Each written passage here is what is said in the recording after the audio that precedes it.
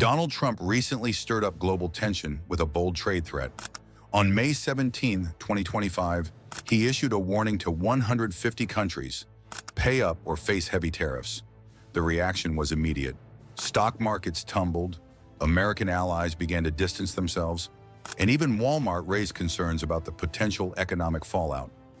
Behind the scenes, Trump's own advisors scrambled to find a way to calm the chaos. What was initially intended to be a power move to strengthen the U.S. economy has instead ignited a wave of opposition, leaving a trail of instability.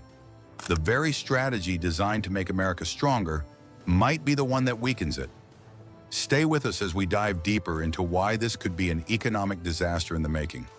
What happens when the world's largest economy starts sending out tariff bills like they're overdue parking tickets? On May 17, 2025, President Trump made an announcement that would soon change global trade dynamics. 150 nations were about to receive letters from the U.S. government detailing tariffs they would have to pay to continue trading with the United States. Treasury Secretary Scott Bessent and Commerce Secretary Howard Lutnick were tasked with delivering this news. The problem? No nation had agreed to these new terms, and many U.S. allies were blindsided by the abrupt and aggressive shift in policy. The reasoning behind Trump's approach? According to him, meeting with every country was simply not feasible. However, this masked a much deeper issue. His administration was overwhelmed, behind schedule, and dealing with a backlash from his earlier tariff announcements.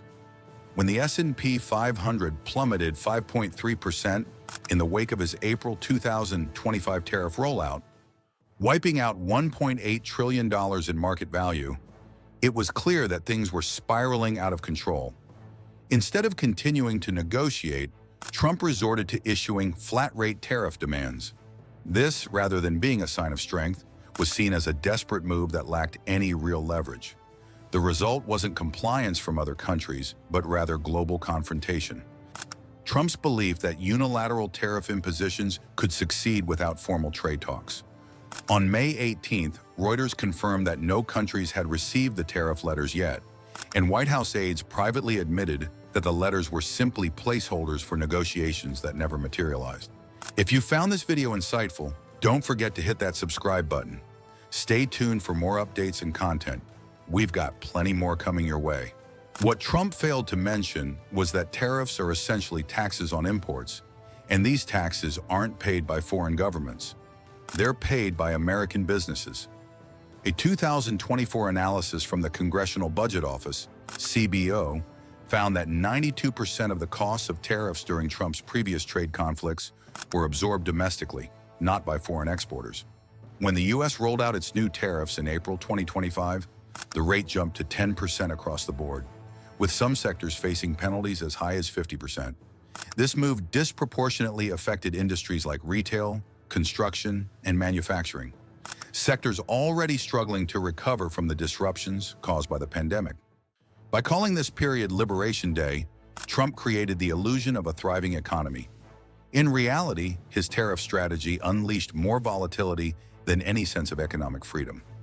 Despite raising tariffs across 60 countries, no significant trade agreements were made, and key trading partners like Japan, South Korea, and the European Union stalled negotiations altogether.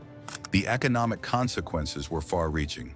A report from the International Monetary Fund, IMF, in May 2025 showed that global trade volumes had contracted by 1.6% in April alone, marking the steepest decline since early COVID disruptions. In the U.S., inflation surged, with the Bureau of Labor Statistics reporting a 0.7% rise in core consumer prices. Walmart, in a May 10th earnings call, warned that prices on 8,000 product lines were set to rise, attributing the hikes to higher import costs from China and Mexico. Despite these alarming signs, the Trump administration continued to insist that trade deals were in the works. White House spokesman Kush Desai even claimed that quick action was restoring American greatness, though as of mid-May, no signed agreements had materialized. Instead of the promised relief, what followed were rising concerns from economists like Mark Zendi, who called the tariffs economic malpractice. Trump had promised 90 trade deals in 90 days, but 3 months later, the actual count was 0. The only official document that was acknowledged was a supposed deal with the UK which turned out to be non-binding. Negotiations with South Korea and Japan, which were supposedly nearly complete, stalled due to disagreements over tariff clarity and enforcement. Even China, which the administration had hoped would be a major partner, only agreed to continue discussions, with no clear timeline or terms. Do you think Trump's tariff strategy was a bold move to secure America's future? Or did it backfire and hurt American businesses? Let me know what you think in the comments below. Drop your thoughts in the comments, and don't forget like and subscribe for the latest updates on global politics.